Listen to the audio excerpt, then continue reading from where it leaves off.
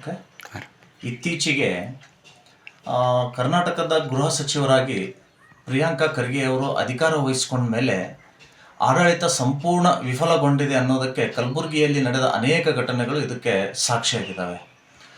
ಇವರ ಗೃಹ ಇಲಾಖೆಯಲ್ಲಿನೇ ಅನೇಕ ಪೊಲೀಸ್ ಅಧಿಕಾರಿಗಳು, ಕಾನ್ಸ್ಟೇಬಲ್ಗಳು ಲೋಕಾಯುಕ್ತದಲ್ಲಿ ಟ್ರ್ಯಾಪ್ ಆಗಿ ಅರೆಸ್ಟ್ ಆಗಿದ್ದು ಮಾಸುವ ಮುನ್ನವೇ ಅಫ್ಜಲ್ಪುರದಲ್ಲಿ ಪೋಕ್ಸೋ ಒಬ್ಬ ಆರೋಪಿ ತನಗೆ ಹಾಕಿರುವಂಥ ಕೈಕೊಳವನ್ನೇ ಬಿಚ್ಚಿ ಪೊಲೀಸ್ ಠಾಣೆಯಿಂದ ಪರಾರಿ ಆಗಿರುವಂತಹದ್ದು ಇಡೀ ರಾಜ್ಯದ ಗಮನವನ್ನು ಸೆಳೆದಿತ್ತು.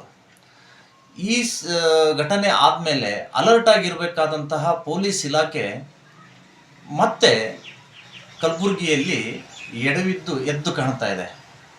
ನಿನ್ನೆಯ ದಿನ ಅತಿ ಭದ್ರತೆ ಹೊಂದಿರುವಂತಹ ಕಲಬುರಗಿಯ ಕೇಂದ್ರ ಕಾರಾಗೃಹದಿಂದ ಸುಮಾರು 3 ಕೈದಿಗಳು ಬೆಳಗಿನ ಜಾವ 3 ಗಂಟೆಗೆ ದೊಡ್ಡದಾಗಿರುವಂತಹ ಜೈಲ್ ಗೋಡೆಯನ್ನು ಹಾರಿ ಎಸ್ಕೇಪ್ ಆಗಿದ್ದು ಅತ್ಯಂತ ನಾಚಿಕೆಗೇಡುತನ ಮತ್ತು ಖರ್ಗೆ ಅವರ ಆಡಳಿತದ ವೈಫಲ್ಯ ಇಲ್ಲಿ ಎದ್ದು ಕಾಣ್ತಾ ಇದೆ.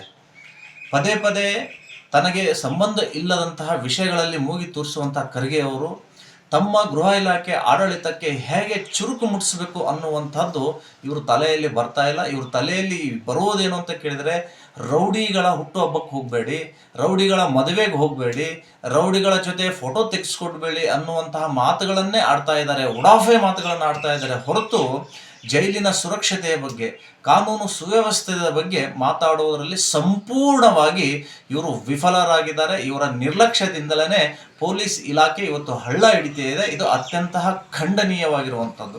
ರಾಜ್ಯ ಸರ್ಕಾರ ತನ್ನ ಮಾನ ಮರ್ಯಾದೆ ಉಳಿಸ್ಕೊಳ್ಬೇಕಾದರೆ ಇಂಥವರನ್ನ ಸಂಪುಟದಿಂದ ವಜಾ ಮಾಡಬೇಕು ಅಂತ ಶಿವಸೇನಾ ಪಕ್ಷದಿಂದ ನಾವು ಆಗ್ರಹ ಮಾಡ್ತಾ ಇದ್ದೀವಿ.